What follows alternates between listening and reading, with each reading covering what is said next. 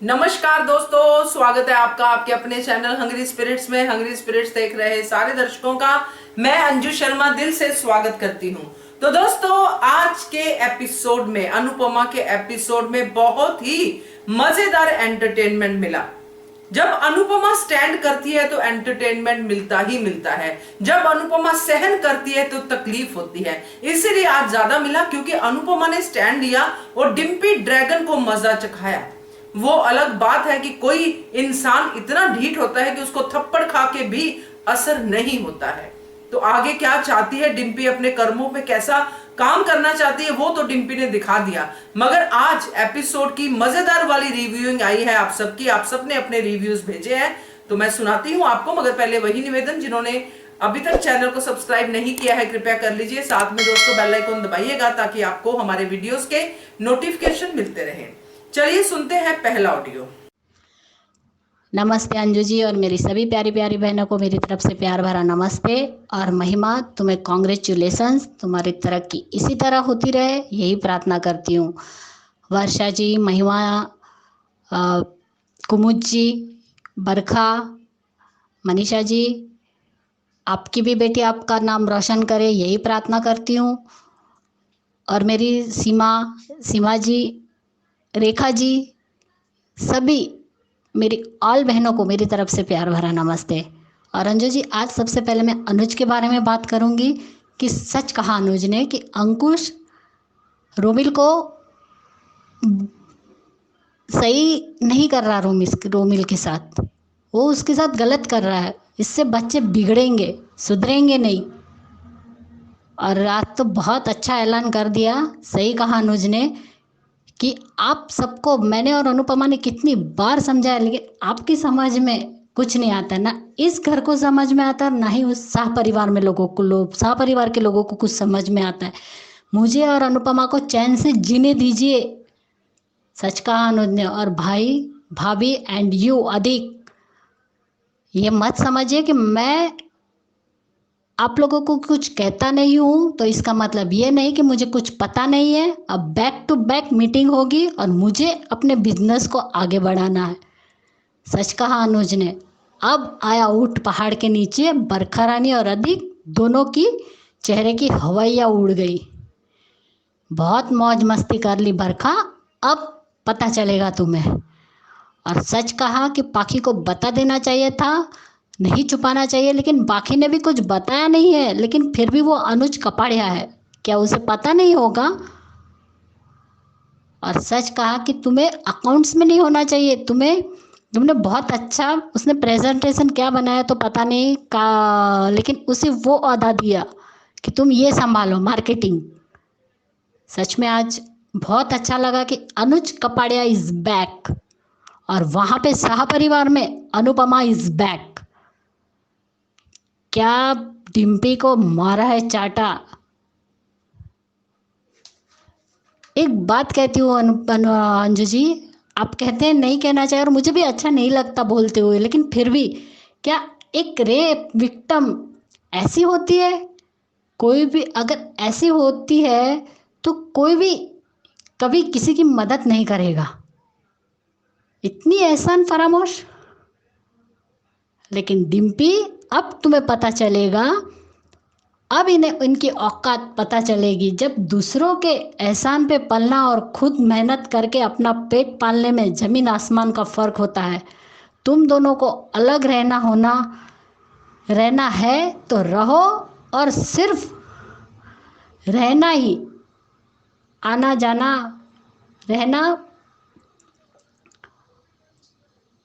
रहना होगा।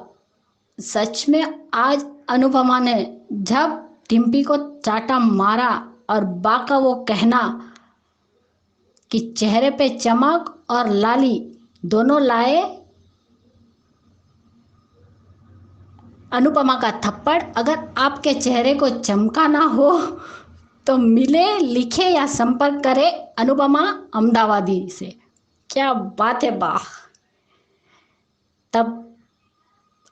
तब समर बोलता है, मम्मी चुप, बिल्कुल चुप। इसे तो एक ही प्रसाद मिला है, तुम्हें 101 का शगुन दूंगी, चाहिए? बोलो चाहिए। क्या बात है अनुपमा, सच में आज दिल खुश कर दिया अनुपमा ने। और क्या बात कही है कि किंजल इतने बड़े घर की बेटी है, लेकिन फिर भी इसमें कोई घमंड नहीं है। लेकिन तुम में किस बात का घमंड है डिम्पी? क्या है डिम्पी के पास जो इतना घमंड कर रही है? मैंने पहले भी कहा था अंजू जी कि वो किंजल के पैरों की धूल भी नहीं है, और सबको दोगला कह रही है। बाप रे, आज तो वनराज को भी लपेटे में ले लिया कि इस उम्र में पापा बाप बनने जा रहे हैं। वाह डिम्पी। और जब बा और बापूजी की बात आई तब जाके अनुपमा ने काल गाल पे सितार बजाया, और थोड़ी देर ऐसा सितार बजा कि सीधी समर की बाहों में गिरी, और थोड़ी देर तक तो उसे भी कुछ नहीं सुनाई दिया। अपने कानों को उंगली लगा के हिला रही थी वो। सच में अंजू जी आज बहुत अच्छा लगा, आज का एपिसोड बहुत अच्छा था। लेकिन आज एक बात है कि समर के ऊपर इतना गुस्सा आ रहा है कि छी, ये लड़का वही लड़का है जो अपने कुलरूट को इतना प्यार करता था, बा से प्यार करता था। अरे अपनी मम्मी के एक आंसू तक नहीं देख सकता था, और आज ये लड़का इतना कुछ उसकी बीवी बोल रही, लेकिन फिर भी चुप नहीं बोल रहा, चुप रहने के लिए नहीं बोल रहा है। सही कहा वनराज ने कि अपनी बीवी को, तुम्हारी बीवी तो पराई है लेकिन तुम तो इस घर के बेटे हो, कुछ तो कहो अपनी बीवी से। तो कहता है मुझे कुछ कहना ही नहीं है। क्यों? सही कहा अनुपमा ने कि बताओ, तुम्हें एक सच सच बात बताना कि तुम इस परिवार के रहने लायक हो, इन लोगों के साथ रहने लायक हो, तुम्हें रहना है। तो कितने साल से बोलते हैं नहीं, तो फिर ठीक है, तुम और तुम्हारा पति सामान उठाओ और निकलो इस घर से। तो लीगल बात पे आ गई वो कि इस घर में मेरा और समर का भी हक अधिकार है। किस अधिकार की बात कर रही है डिम्पी? तेरे पति की खुद की कमाई का घर नहीं है, वो बापूजी की मेहनत का घर है। और बापूजी ने एक रूम, और जब पहली बार एक बार वनराज ने कहा था कि बा ने ही कहा था दिवाली पे जब बापूजी की बेइज्जती की थी बा ने, कि आपने घर बनाया एक कमरा और एक किचन, उसे मेरे बेटे ने बड़ा किया, उसने अपनी बहन की शादी करवाई। तो तेरे पति ने कौन सा कंट्रीब्यूशन किया हुआ है जो हक की बातें कर रही है? सही कहा, ठीक है, तुम्हें अलग रहना है ना, ठीक है रहो, तुम दोनों को अलग रहना है ना तो रहो, और सिर्फ रहना ही, आना जाना, खाना पीना, कपड़ा लत्ता, फोन का बिल, बिजली का बिल, यहाँ तक कि पेपर और लॉन्ड्री का भी अलग होगा। अलग मतलब सब कुछ अलग। अब पता चलेगा अंजू जी कि दाल आटे का भाव क्या है। समर और डिम्पी को नौकरी है नहीं, पैसे है नहीं, कहाँ से बिल भरेंगे, कहाँ से अपना खर्चा उठाएंगे। साथ में रहते थे तो वनराज कह सकते हैं कि वनराज की 5 लाख रुपए सैलरी, इसलिए वो घर चल रहा है। और किंजल के भी इस घर में बहुत सारी हेल्प है, लेकिन इसके पास है ही क्या। और अब तो जब ये सारी बात अनुज को पता चलेगी, मुझे तो तब उस दिन का इंतजार है अंजू जी कि अनुज का रिएक्शन क्या होने वाला है डिम्पी के लिए। अगर उसने अनुपमा के साथ जो कुछ किया है, उसके बाद अब अनुज भी उसे अपने घर में पैर तक नहीं रखने देगा। ये तो 100% बात है अंजू जी। लेकिन सच में आज का एपिसोड तो बहुत अच्छा था, इतना मजा आया कि hats off Anupama is back, Anuj Kapadia is back. सही कहा आपने। अब अनुज के पास उसकी अनु भी आ गई है और छोटी भी आ गई। अब वो पूरा फोकस उसका बिजनेस पे रहेगा। और बरखा रानी क्या बोल रही थी कि हम पहले अनुज आया, उसके बाद अनुपमा आई, अब ये रूमिल आ गया। क्यों बरखा रानी, तुम्हारा है क्या इस घर में?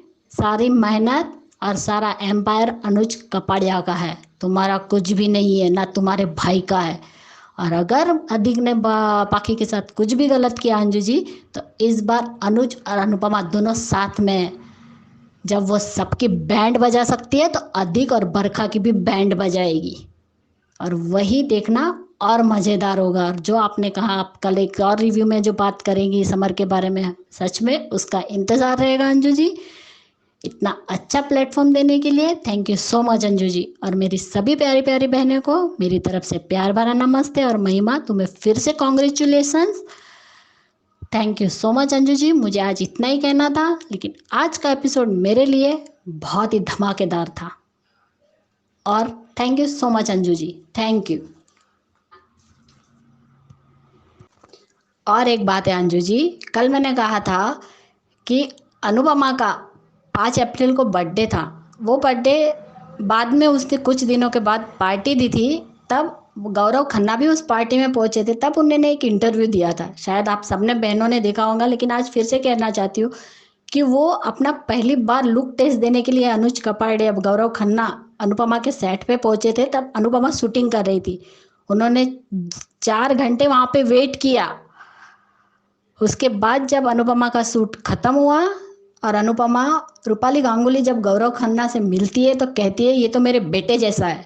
तब बहुत हंसता है गौरव खन्ना और कहता है कि रूपाली जी, मैं आपके बेटे के रोल के लिए नहीं आया हूँ, मैं यहाँ पे अनुज कपड़िया के रोल के लिए पहला लुक टेस्ट देने आया हूँ।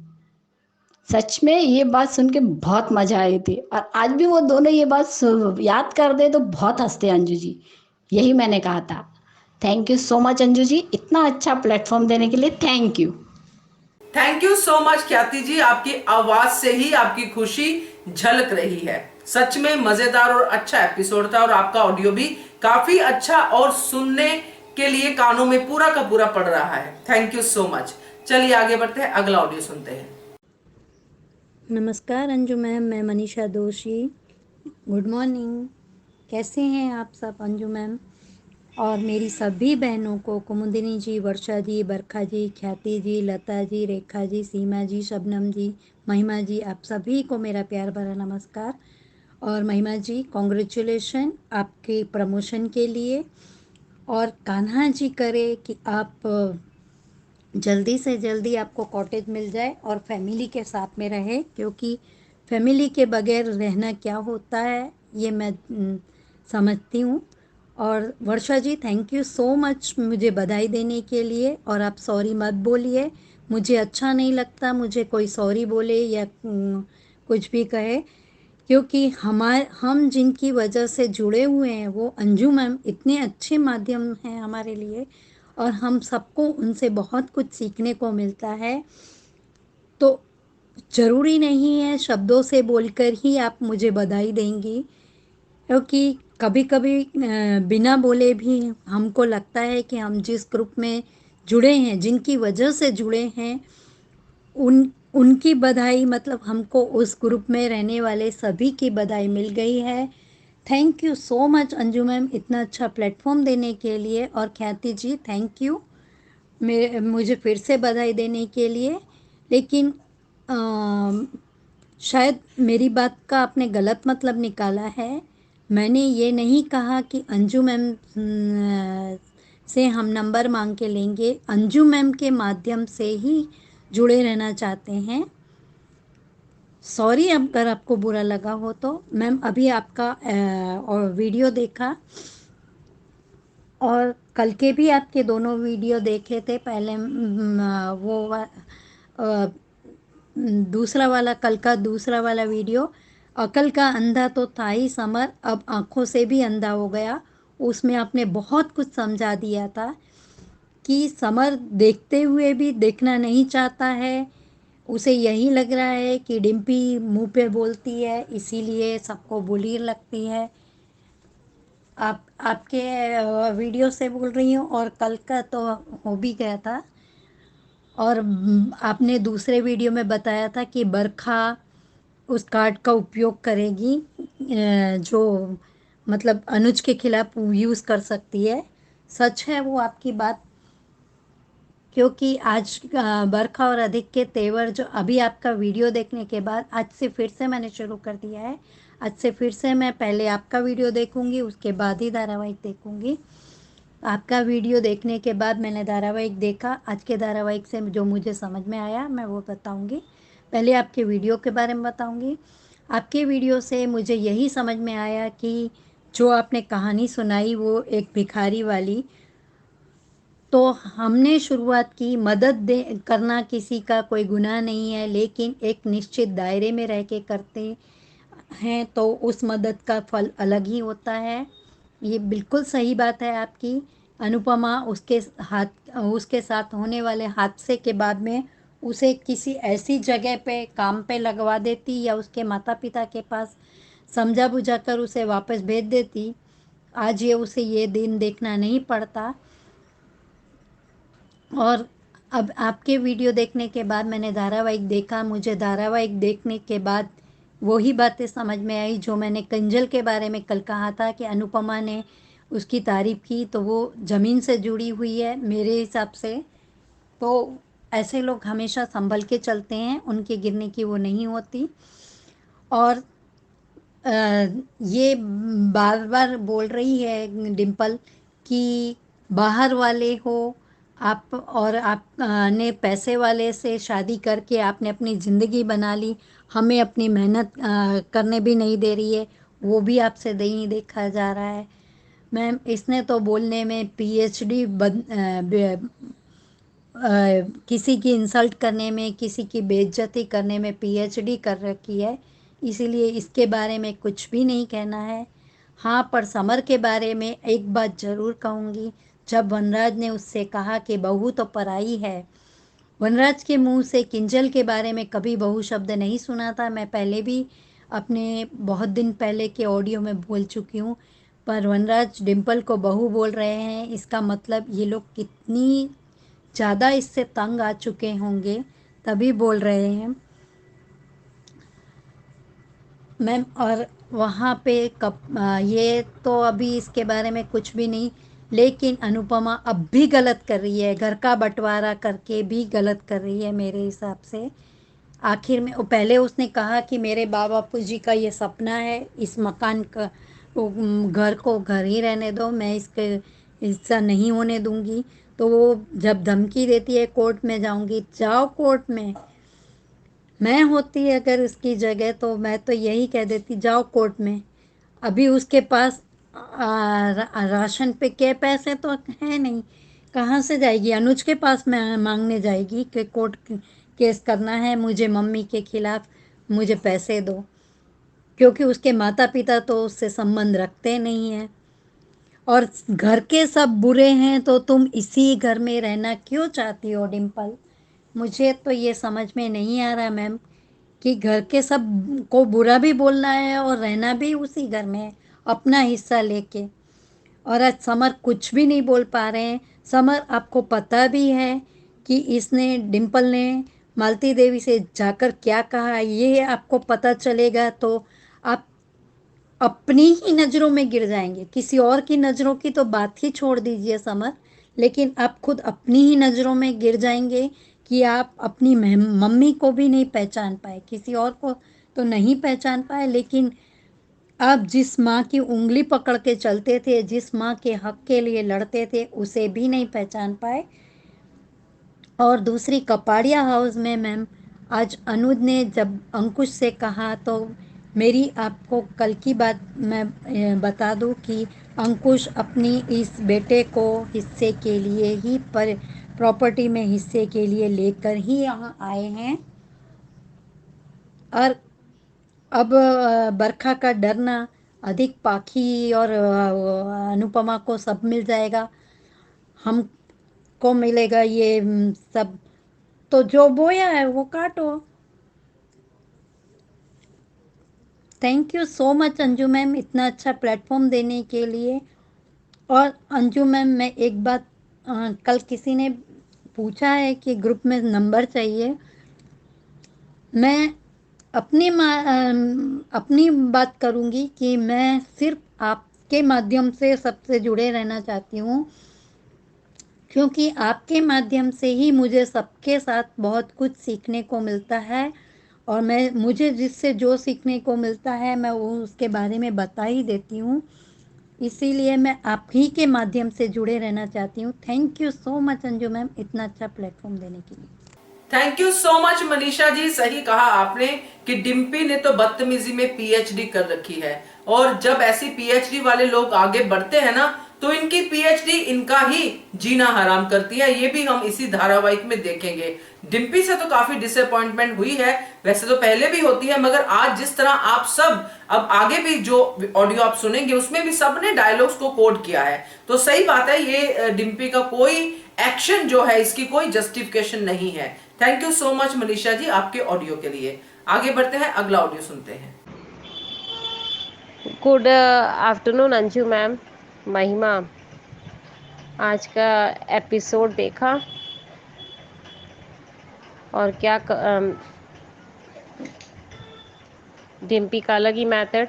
तो सच बात है, जब वो डांस एकेडमी में गई थी तो डांस एकेडमी से वो बाहर निकाली थी कि ममा हम लोग नया नया सिखाएंगे, आपके कारण ये चीज़ ऐसे नहीं हो रहा था। उसी समय दो चमाट लगाना चाहिए था कि ये मेरा डांस एकेडमी है, तुम्हारा नहीं है, यहाँ पे तुम्हें रखा गया है तो तुम्हें कुछ बोलना नहीं। उस समय तो शादी भी नहीं हुआ था समर से, तो बहू का हकदार तो था ही नहीं, ना सगाई हुआ था, तो इसी वजह से कुछ बोलना ही नहीं चाहिए था। ये सच में बात तो सही है कि अपने घर में किसी को भी कपाड़िया हाउस में किसी को बुला लेते हैं, किसी को शाह हाउस में, तो बाकी के चक्कर में कोई आ नहीं सकता, कोई जा नहीं सकता। लेकिन अनुपमा जी बहुत दया की देवी है ना, तो इसीलिए अपने घर में कभी अभी रोमिल को इनवाइट कर दिया गया है, अभी रोमिल अति करके रखेगा, माया को इनवाइट कर दिया गया था, अभी डिम्पी को अटेंड कर दिया गया था। अरे अपने घर में किसी को धर्मशाला थोड़ी है कि बुलाते रहो और जमा करते रहो। इसीलिए बोलते हैं कि माँ बाप को अगर जो रेस्पेक्ट नहीं देते हैं बच्चे, वो सबसे बड़े बेवकूफ़ और इलेक्ट्रिशियंस होते हैं।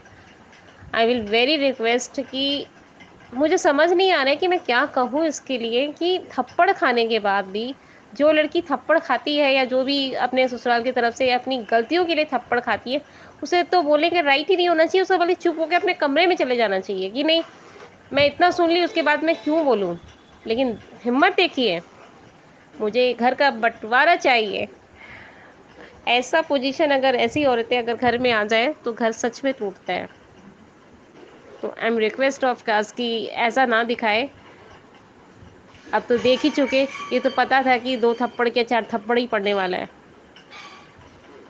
और आई विल वेरी रिक्वेस्ट कि पाखी कुछ अच्छा ही काम कर रही है, अपने बड़ी के साथ कुछ सीख रही है, कुछ ऑफिस का वर्क देख रही है। जेलस होने वाले लोग तो जेलस हो ही रहे हैं।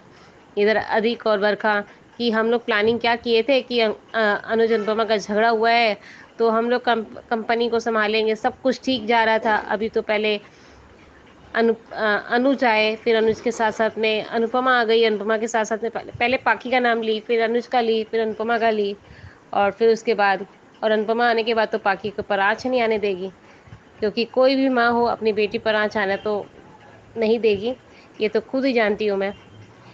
Specially thank you Anju ma'am, बस इतना ही बोलना था। अब वो डिम्पी के बारे में ज़्यादा बोलना मतलब मेरे सर दुखाना। Always for thank you. और पहला जो वीडियो गया था वो मैम बहुत आवाज़ किया था और कुछ वैसा वर्ड चला गया था, इस वजह से मैंने डिलीट किया है। I am very sorry. ये वाला आप वीडियो लीजिएगा। थैंक यू मैम, मोस्ट भी thank you.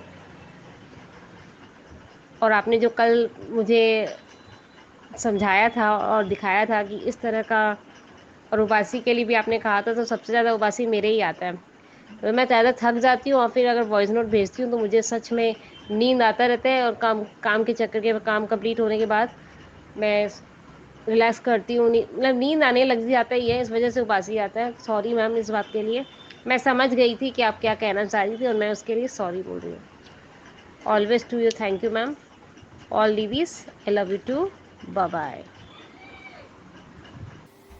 Thank you so much Mahima, बहुत ही प्यारा ऑडियो है आपका और बहुत अच्छे से आपने अपनी बात रखी है। और बिल्कुल सही आपने कहा है कि जब एक थप्पड़ पड़ जाता है तो थोड़ी तो अकल इंसान को आ ही जाती है, इतनी तो कम से कम आ जाए कि चुपचाप अपने कमरे में चली जाए। मगर डिम्पी तो थप्पड़ खाने के बाद और भी जबरदस्त हो गई। सही पॉइंट आपने कवर किया है। थैंक यू सो मच महिमा। चलिए आगे बढ़ते हैं, अगला ऑडियो सुनते हैं। Good morning Anju ma'am. इंसान कितना भी बदतमीज़ और घमंडी क्यों ना हो, लेकिन उसे अपनी खुशियों को बांटने के लिए अपने दोस्तों परिवार के साथ की ज़रूरत तो पड़ती ही है। डिम्पी ने भी तभी खुश होकर केंजल को उसके काम पर छोड़ने की बात कही। अपनी तरक्की से खुश होना अच्छी बात है, लेकिन अपनी तरक्की के चलते बड़ों के साथ बदतमीज़ी करना और उन्हें जलनखोर कहना, ये एक बहुत बुरी बात है जो डिम्पी ड्रैगन ने की है। तरक्की के चलते तो डिम्पी का दिमाग ही खराब हो गया है, क्योंकि वो ये सब डिज़र्व नहीं करती थी। कोई भी इंसान जानता है वो कितने पानी में है, और डिम्पी को भी अपनी औकात का पूरी तरह से पता है। दूसरों से चाहे वो कुछ भी बोले, मगर खुद से वो कैसे झूठ बोल पाएगी कि उसकी औकात क्या है। लेकिन इस समय वो बरखा के ज्ञान के चलते पथ भ्रष्ट हो चुकी है, यही सच है। कुछ तो वो इतनी अच्छी थी ही नहीं, और कुछ जो बरखा ने उसे राह दिखाई उसके चलते वो पथ भ्रष्ट हो गई है, और ये उसका होना ही था, क्योंकि वो ऐसी ही है।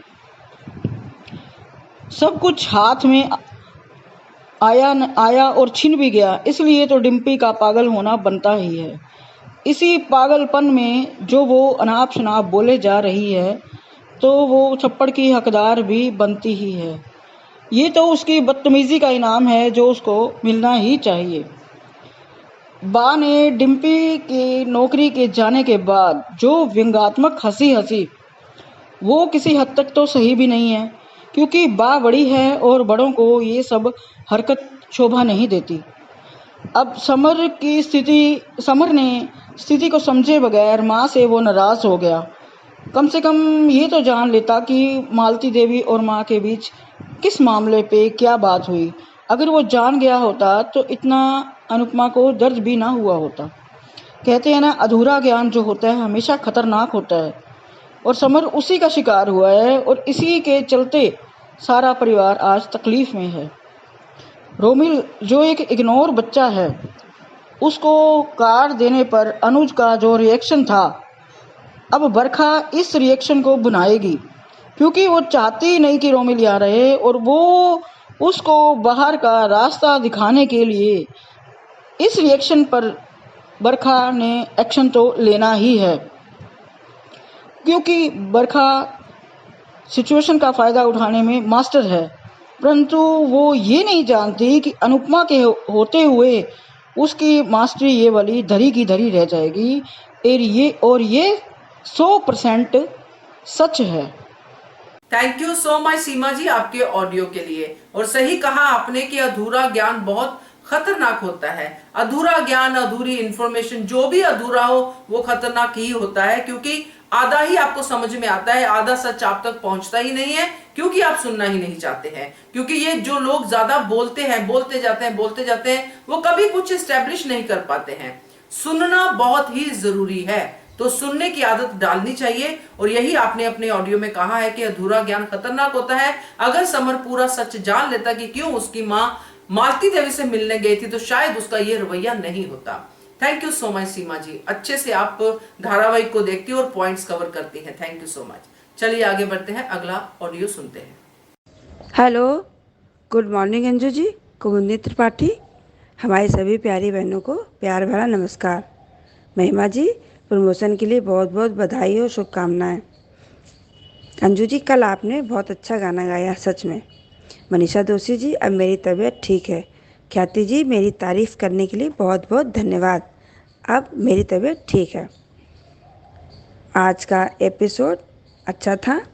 अनुज अनुपमा दोनों परेशान थे, दोनों अपना अपना मोर्चा संभाले हुए थे। वरराज ने साफ हिदायत दे दी, ससुर हूँ वरना हाथ उठा देता। अंकुश रोमिल को पैसे देकर प्यार का नाम दे रहा है।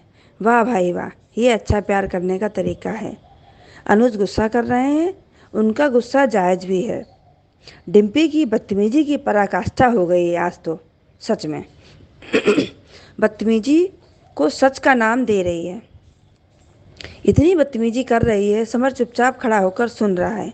लानत है ऐसी औलाद पर। आज तो हद ही कर दी उसने, सबको एक तरफ से इतना गंदा गंदा सुना दिया। छी।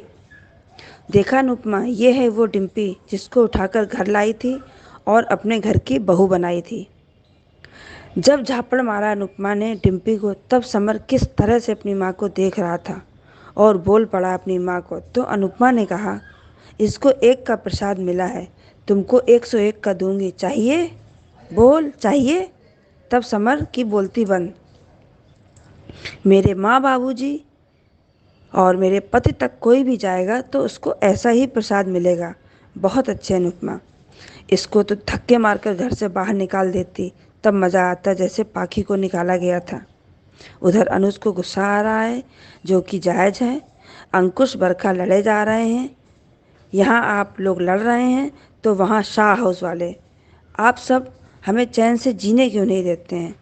अब अच्छा वार्न किया अनुज ने, तीनों को सेपरेटली मीटिंग करनी है। सबकी बोलती बंद कर दी। आज मज़ा आ गया। डिम्पी ने आज सारी हदें पार कर दी हैं। बहुत ही बेशर्म औरत है सच में। सबसे बड़ी वैम्प निकली डिम्पी इस सीरियल में। समर को देखो, इतना सब हो रहा है और कह रहा है हमें कुछ नहीं कहना है। वाह, शाबाश समर। अनुज पाखी को काम करता देखकर अधिक पाखी को गुस्से से घूर रहा है। बरखा रानी सही हो, तुम अब झेलो। अब अधिक क्या करने वाला है जो कह रहा है कि इसे तो मैं संभाल लूँगा। वैसे अनुपमा ने एक झापड़ मारा, उससे क्या हुआ? डिम्पी का कुछ कर पाई? अनुपमा नहीं कर पाई। सही भी है, सड़क से उठाकर लाई थी, अपनी पसंद से बहू बनाई थी। समर की ज़िंदगी को नरक कर दी, शाह हाउस वालों की भी ज़िंदगी नरक कर दी। अब झेलो अनुपमा तुम।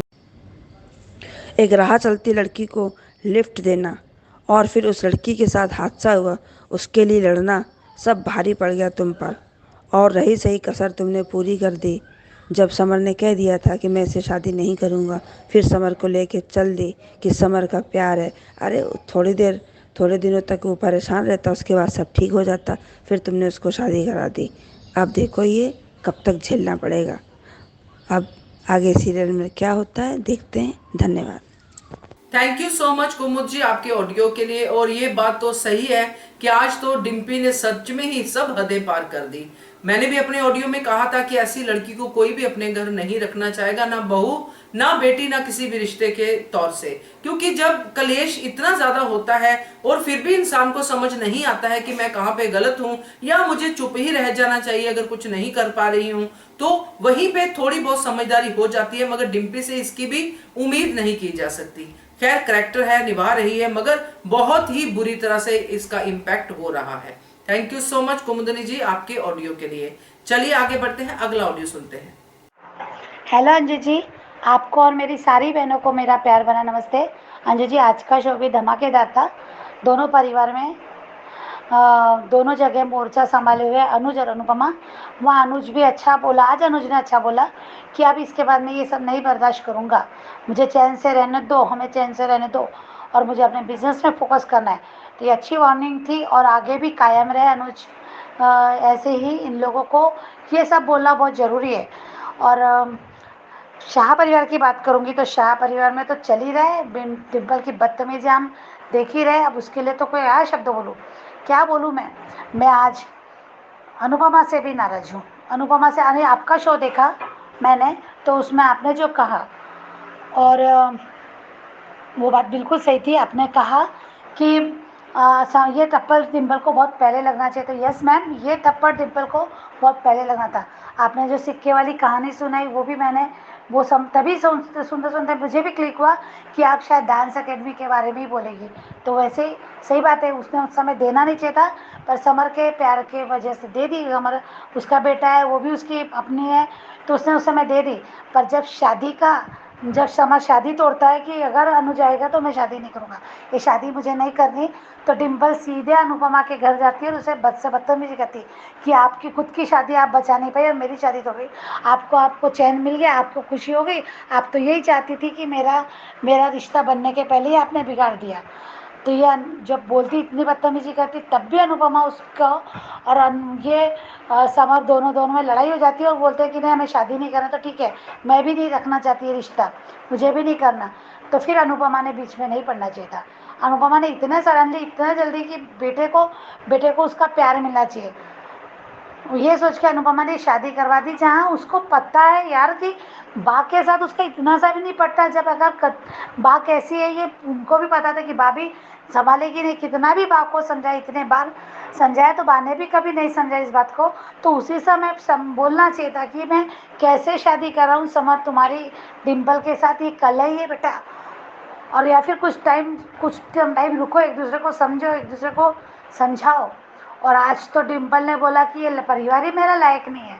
तो डिम्पल क्या सो रही थी क्या उस समय, जब तुमको पता नहीं था क्या ये परिवार कैसा है? तो पहले से परिवार ने कभी कोई ड्रामे ऐसे दिखावा नहीं किया। अरे वो तो जो है सामने है, उस परिवार में लड़ाई है, झगड़ा है, सबके सामने खुल के झगड़े, खुल के एक हुए, खुल के खुशियाँ भी मनाई।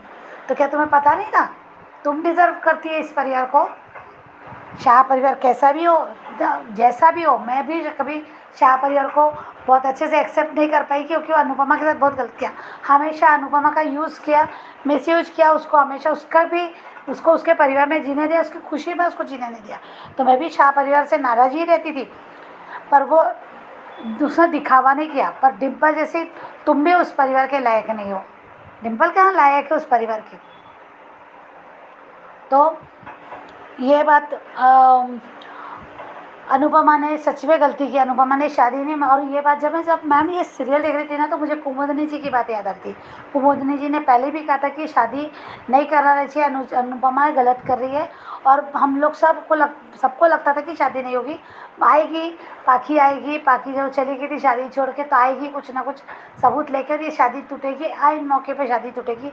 जो भी कोई हमको डिम्पल का क्लू, डिम्पल की सच्चाई सामने आएगी, पर ऐसा नहीं हुआ, शादी हुई। और अनुपमा ने बोला था ना कि मैं शादी में जिम्मेदारी नहीं, फिर भी ले ली, जिम्मेदारी नहीं लूँगी, फिर भी ले ली।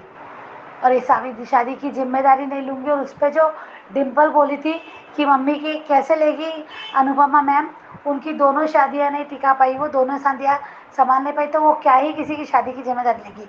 तो अंजू जी, मैं तो डिम्पल का ये 12वां पाप गिनवाने वाली थी, और जो मैंने कल भी बहुत कोशिश की, पर वो बताया मेरे अपने वजह भी, तो वो मैं गिना लेती। पर आज क्या गिनाऊँ ये इसके पाप, क्योंकि ये तो इसके पाप तो आज तो कितने सारे पाप किए इसने, आज तो कितने सारे पाप किए। उस देवी जैसी माँ, सास, जो माँ है, माँ से भी बढ़कर है। माँ ने तो भी ऐसे समय छोड़ दिया था, अपने पति के लिए, अपने पति के नाराज के लिए अपनी बेटी को गले नहीं लगा पाई, उसकी शादी पूरी तरह से एंजॉय नहीं कर पाई। उसने भी अपने पति को पहले रखा, अपने बच्चे से पहले पति को नाखुश नहीं करना चाहती थी। तो फिर अनुपमा ने कितना उसका ये किया। तो उस माँ को कह रही, बाहर वाली, जब तुम्हें शादी की जरूरत थी तो अनुज चाहिए था, जब तुम्हें सब परिवार चाहिए था, सबके आशीर्वाद चाहिए थे, तो अरे माँ को इज्जत दी अनुपमा ने, और आज तुम उसे बाहर वाली कह रही हो। और मुझे आज डिम्पल को गलत नहीं बोलना है, डिम्पल की गलतियाँ नहीं गिनवाना है, डिम्पल जो है तो है, पर ये सब सुनने वाला समर की इस बेवकूफ़ी पे, इस हरकतों पे, ये चुप रहने वाली हरकतों पे मिजाज समर पे बिल्कुल भी ये नहीं हो रहा है। समर सबसे घटिया इंसान है। कोई अच्छा था, कभी अच्छा था, पर आज समर ने वो सारी बातें भुला दी, क्योंकि अगर उसे नाराज़गी है अपनी माँ से, उसको लगता है कि उसकी माँ ने की वजह से उसकी नौकरी गई, उसको लगता है, डिम्पल को भी लगता है, तो तुम उससे तुम्हें उससे बात अलग है, पर अपने माँ की, अपने पिता की, अपने दादा दादी की बेइज्जती करवा रहे हो, वो हद से बाहर बोल रही, वो करने का हक तुमको नहीं है। अगर तुम्हें इस लायक नौकरी के लायक भी अगर बनाया ना, तुमको लगता है कि तुम्हारी काबिलियत पे तुम्हें नौकरी मिली, तो उसके काबिल भी बनाने वाली वो माँ है। तो तुम उस पर कैसे, वो डिम्पल उसको इस तरह से बेइज्जती कर सकती है कि तुम होती कौन हो मुझे इस घर से निकालने वाली।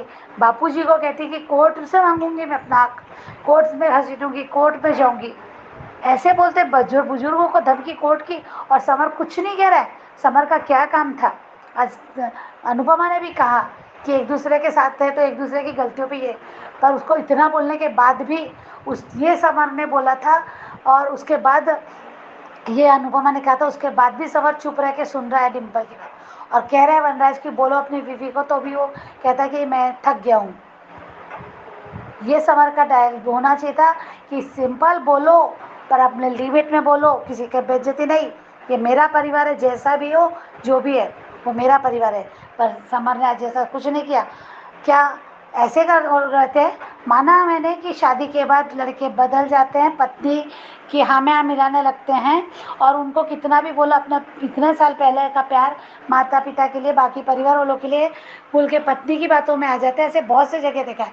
पर वहाँ पत्नियाँ नहीं बोलती है मैम, वहाँ पे पति बोलता है, कहता है कि मेरे लिए आई वो दूसरा अपना घर परिवार छोड़ के, तो तुम उसके साथ अच्छा नहीं रह रहे हो, तुम उसका ख्याल नहीं रख रहे हो, मेरी जिम्मेदारी है। और मेरी पत्नी सबके लिए काम करती है, खाना बनाती है। ये जो भी बोलते हैं तो एक पति बोलता है।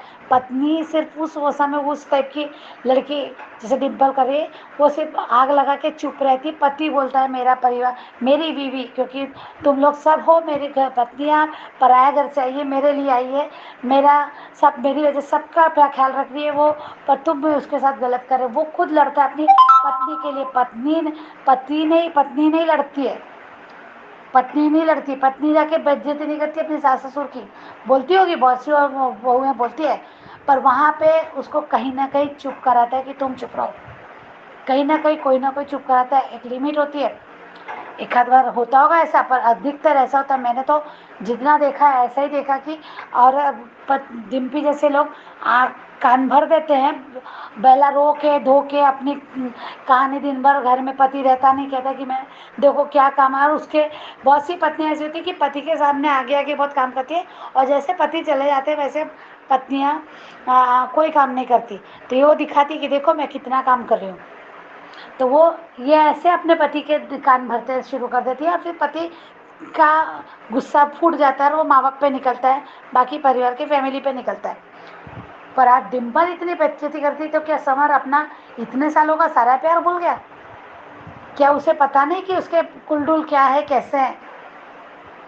आज भी वो बापूजी उसको कह रहे हैं कि कोर्ट में घर में हिस्से टुकड़े नहीं करते, घर में हिस्सा नहीं मांगते, बेटा एक परिवार है, सब है, बेटा बोल रहे हैं। आज भी बेटा बोल रहे हैं। तब भी समर को समझ में नहीं आ रहा है कि वो इतना बेटा बेटा करके बोल रहे हैं, इतना प्यार से बोल रहे हैं, तो भी समर को समझ में नहीं आ रहा कि मेरी पत्नी की लैंग्वेज कैसी है। अब कहेगा कि उसको जॉब चली गई तो उसकी वजह से इतना होगी, पर एक लिमिट होती है ना बोलने की। आज मैं समर से नाराज हूँ सबसे ज़्यादा। मैं अनुपमा ने भी गलती की है। अनुपमा ने ये शादी नहीं करानी चाहिए थी, पर करा दी। पर अनुपमा अभी बहुत कोशिश कर रही हूँ, देख रहा हूँ। कल वो भी उसने जो रिकेप में दिखाया वो डिसीजन, तब इनको समझ में आएगा कि हर चीज़ अलग होना क्या होता है, आएगा। और बाकी अभी आगे देखेंगे क्या होता है शो में। और कपड़िया उस पर भी बहुत सी बातें हो रही है। तो आज अनुज की भी बात मुझे सही लगी, पर अनुज ने अभी ये बात को सीरियसली लेना चाहिए। और वो फिर से पाखी और बरखा और अंकुश अनुज को ये लग रहा है कि अरे बिजनेस में अब अपनी क्या हो जाएगा, ये ऐसा वैसा। तो इनका भी सच में एक साथ बैंड बजेगा। और पाखी ने अभी इतना इन लोगों को ये करना ही नहीं चाहिए। बाकी ने ये बात अनुज को अनुपमा को बताना चाहिए। Thank you so much Anju ji, आज टाइम थोड़ा ज़्यादा ले लिया। कल भी मेरा थोड़ा हो गया था ज़्यादा, पर आज thank you so much Anju ji. और थैंक यू मेरी सारी बहनों को फिर से मेरा प्यार भरा नमस्ते। थैंक यू सो मच वर्षा आपके ऑडियो के लिए। और सारी बातें आपने सही कही हैं। जो आपने कहा है कि अनुपमा का डायलॉग जो आपने बताया है कि पति पत्नी दोनों ही गलतियों के रिस्पॉन्सिबल होते हैं, क्योंकि अगर एक गलती करता है दूसरा उसको मना नहीं करता है, समझाता नहीं है, तो दोनों की जिम्मेदारी बन जाती है। और बिल्कुल आपने सही कहा, ये बात सबको चुभी है कि कोर्ट तक की बात कर दी डिम्पी ने, मगर समर फिर भी कुछ नहीं बोला। उसके परिवार को, उसके बापूजी को, उनको ही तो कोर्ट पे जाना पड़ेगा, मगर समर को इस बात से भी कोई फर्क नहीं पड़ा। सिर्फ अपनी माँ की तरफ देखता रहा घूर घूर के कि ये क्यों नहीं चुप कर रही। ये मुझे भी महसूस हुआ। थैंक यू सो मच वर्षा आपके ऑडियो के लिए। ये थे हमारे दोस्तों आज के ऑडियोज। कैसे लगे आपको? आपका भी मन है भेजने का? नंबर नोट कर लीजिए, नंबर है 9833155523। इस पे भेजिए। बनिए हिस्सा अनुपमा के पब्लिक वॉइस वीडियो का। Keep watching hungry spirits channel. Thank you so much. Subscribe to our channel by clicking the subscribe button. Click the bell button and enjoy the latest uploads from our channel.